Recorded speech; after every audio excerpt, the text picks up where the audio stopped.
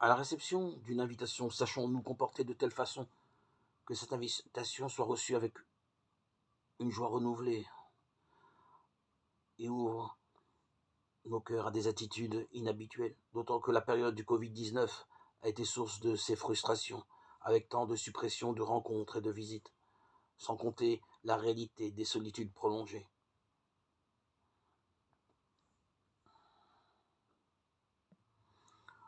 Dans la parabole où les disciples cherchent à savoir quelle est la place qu'ils auront auprès du Seigneur, dans cette parabole, ce qui est en jeu n'est pas tant la recherche ou non de la première place, mais bien l'attitude de disponibilité du cœur, et celle à adopter pour être digne de celui qui invite.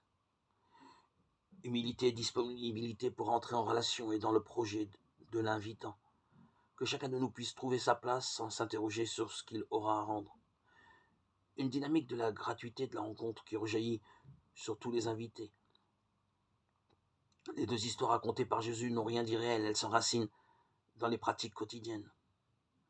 Elles ouvrent à de nouvelles façons de concevoir la réponse à une invitation et à la compréhension des intentions habitant celui qui invite.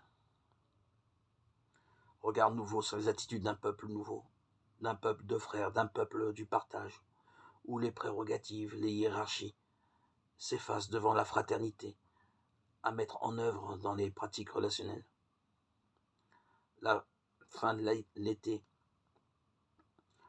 et la rentrée qui s'est faite nous offrent bien des occasions de convivialité renouvelée